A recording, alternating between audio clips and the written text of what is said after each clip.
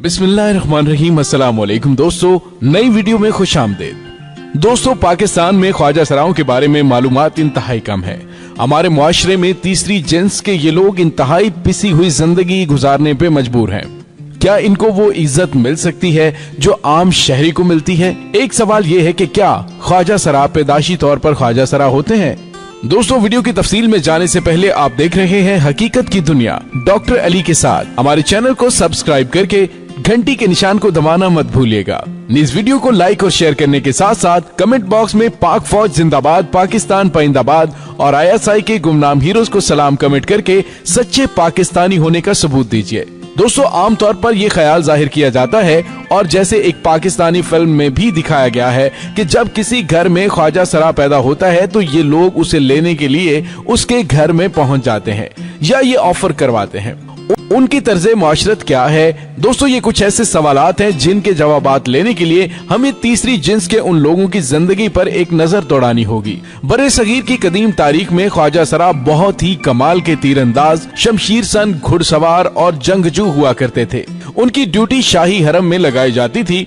मलिका और शहजादियों के साथ आना जाना और उनकी हिफाजत की जिम्मेदारी ख्वाजा सराओं की होती थी। इसके अलावा शाही हरम की तमाम सरगर्मियों पर नजर रखना, बादशाह वक्त को इत्तला पहुंचाना उनके फराइज में शामिल था। मुगल बादशाह मोहम्मद शाह रंगीला के दौरे हुकूमत में ख्वाजा सराओं को खास मुकाम हासिल था। बरे सगीर की तारीख में मलक काफूर, जो अलाउद्दीन खलजी के दौर में सिपा सालार के ओहदे तक जा पहुंचा और बेशुमार फतुहात भी की, बुनियादी तौर पर वो ख्वाजा सरा था। बाद में अंग्रेजों ने आकर उनकी बाइज्जत नौकरियां खत्म की तो इन बेचारों को वो काम करने पड़े जो उन्हें नहीं करने चाहिए थे। अभी भी हमारे मुआशरे में ऐसे ख्वाजा सरा मौजूद हैं जो अपनी फैमिली की तरफ से एतमाद देने पर तालीम हासिल करके बाइज्जत जिंदगी गुजार रहे हैं। लेकिन ज्यादातर ऐसे ख्वाजा सराओं की तादाद है जो मुआशरती रवैये की बदौलत ना तालीम हासिल कर सकते हैं, ना कहीं बाइज्जत नौकरी कर सकते हैं, क्योंकि उन्हें हर जगह पर हंसी मजाक का निशाना बनाया जाता है। इसके बाद वो भीख ना मांगे या शादी ब्याह पर नाच गाकर रोटी ना कमाए तो और क्या करे? दोस्तों, आम तौर पर ख्वाजा सराओं की 3 किस्में हैं।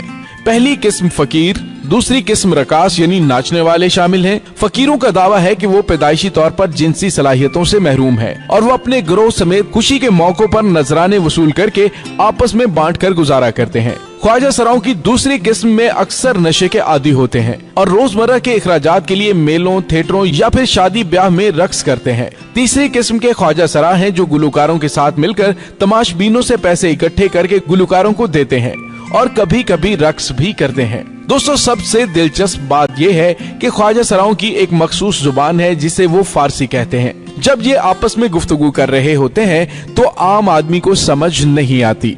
अक्सर ख्वाजा सरा दावा करते हैं कि वो पैदाइशी ख्वाजा सरा हैं, लेकिन डॉक्टरों का कहना है कि पैदाइशी ख्वाजा सरा ना होने के बराबर हैं। उमूमन ख्वाजा सरा आख्ता करवाते हैं, जो ख्वाजा सराई की सरबलंदी समझा जाता है। कोई भी ख्वाजा सरा गुरु के मनसब पर तब तक नहीं पहुंच सकता जब तक वो आख्ता न हो।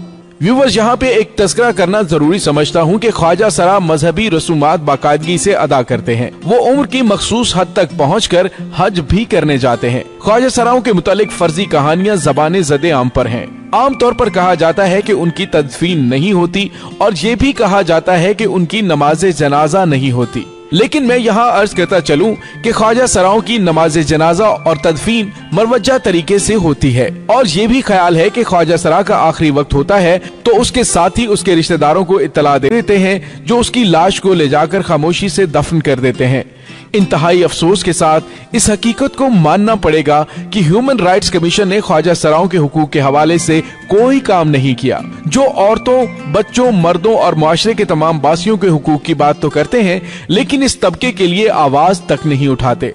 दोस्तों, जो हमारी नजरों के सामने है, हमारी जिम्मेदारी है कि हम उन्हें मुआशरे में बराबरी के हुकूक दें, उन्हें पढ़ने लिखने के मौके फराहम करें और सोसाइटी में ये शऊर बेदार किया जाए कि ये हमारी तरह इंसान है। अगर ये हमसे मुख्तलिफ हैं तो इसका हरगिज मतलब नहीं कि उन्हें हंसी मजाक और तज़हीक का निशाना बनाया जाए। दोस्तों, ये तो थी डॉक्टर अली की रिसर्च और राय। अगर आप अपनी राय का इजहार करना चाहें तो नीचे कमेंट कर दें। डॉक्टर अली को दीजिए इजाजत। इंशाल्लाह मिलते हैं एक नई वीडियो में। तब तक के लिए अपना ख्याल रखिएगा। अल्लाह वारिस। पाक फौज जिंदाबाद, पाकिस्तान पाइंदाबाद। ISI के गुमनाम हीरोज को सलाम।